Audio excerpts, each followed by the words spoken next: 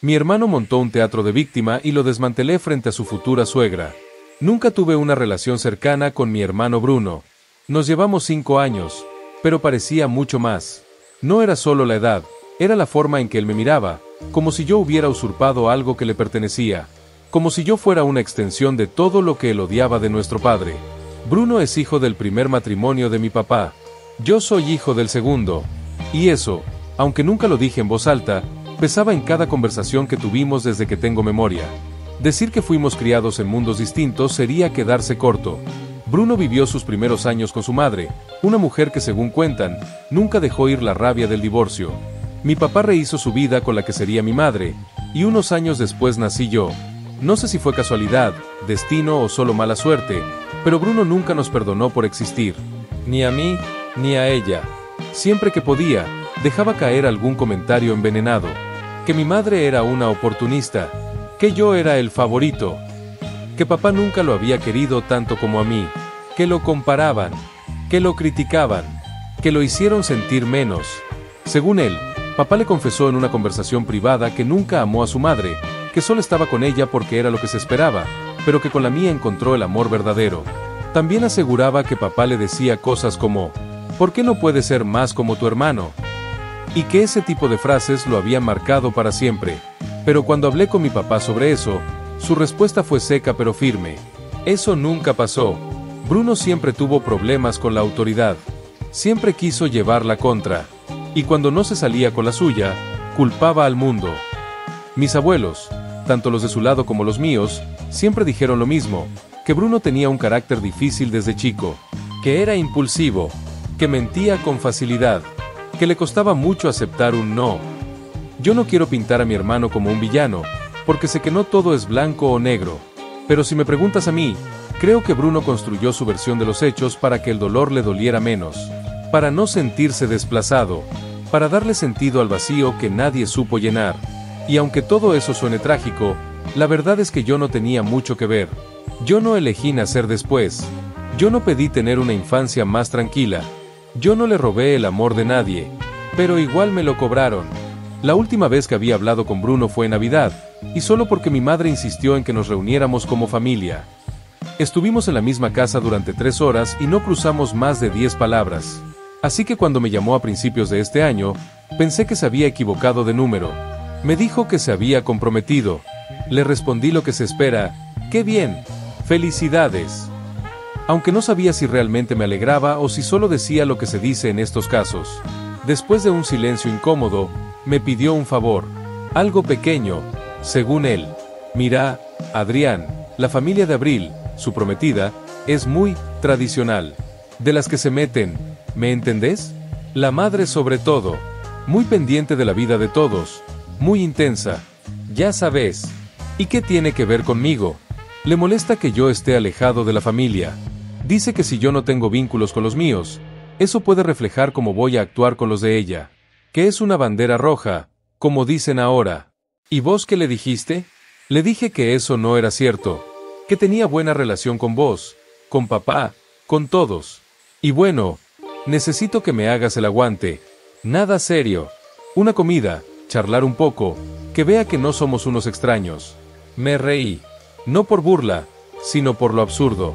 Mi hermano, que siempre evitó cualquier reunión familiar, ahora necesitaba simular una relación que nunca quiso tener conmigo, solo para quedar bien con su futura suegra.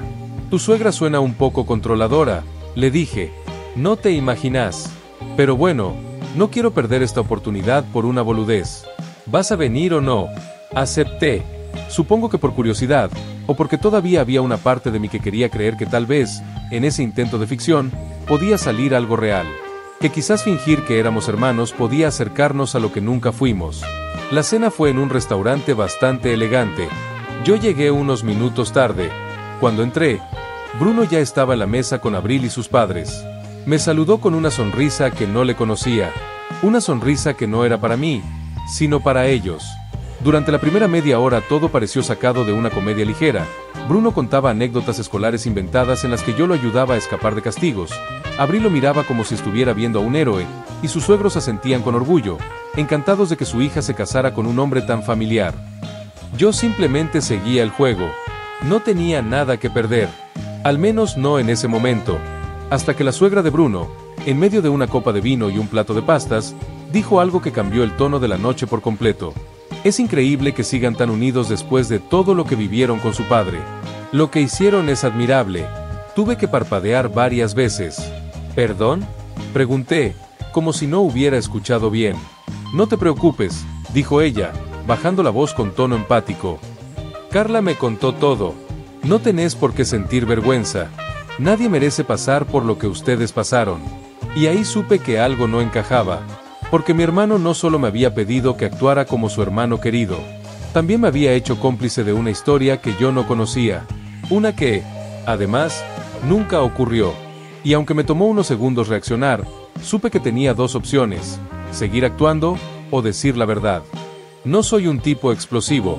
No grito, no golpeo la mesa, no me levanto indignado en medio de una cena. Pero hay silencios que hacen más ruido que cualquier escándalo.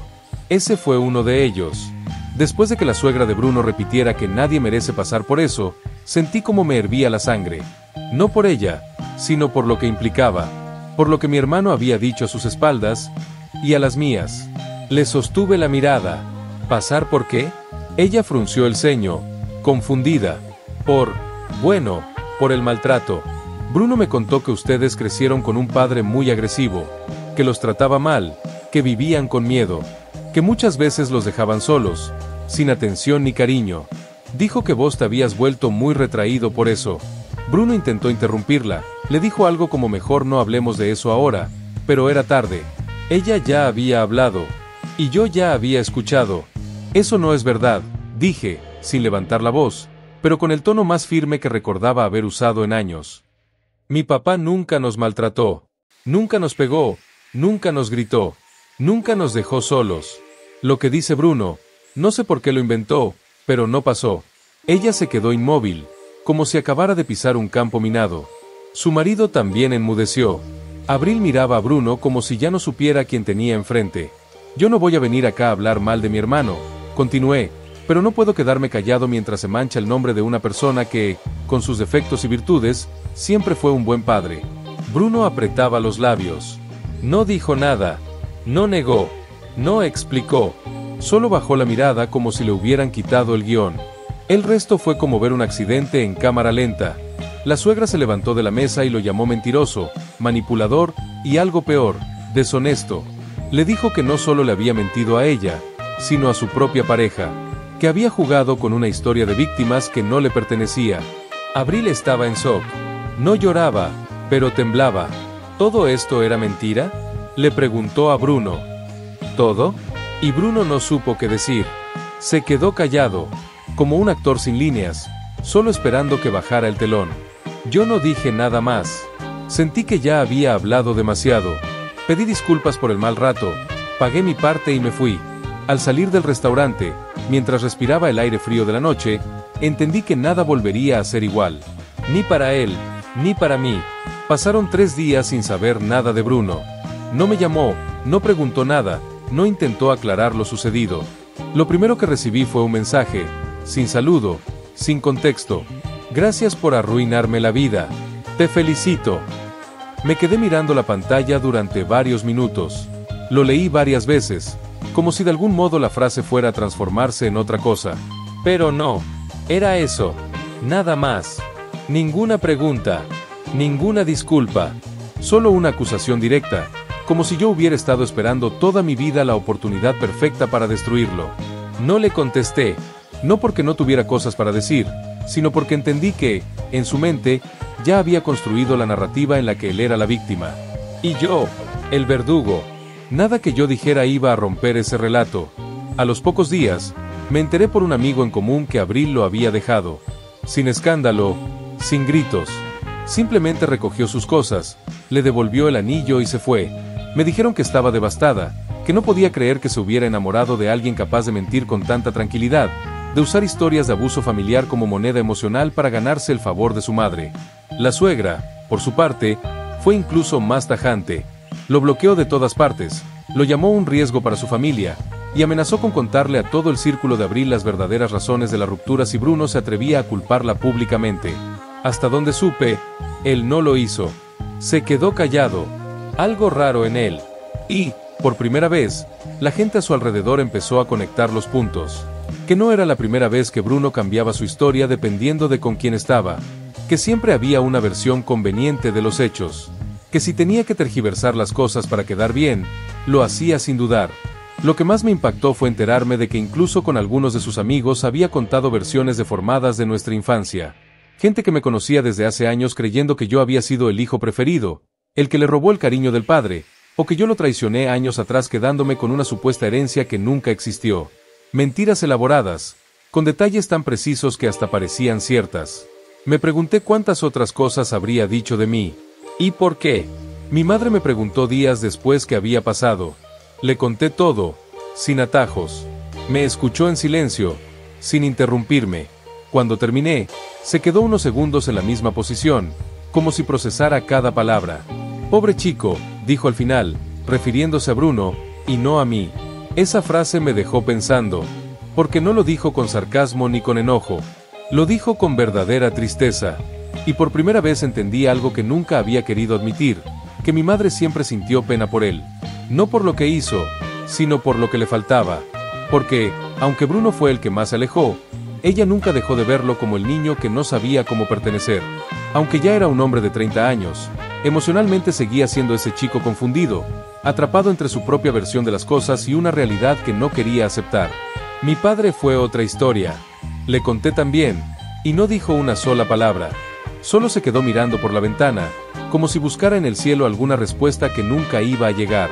Tenía esa expresión que mezcla decepción con agotamiento, como si en el fondo ya supiera que algo así iba a pasar tarde o temprano, pero igual le doliera. No sé si estaba enojado con Bruno o consigo mismo. A veces pienso que ambos.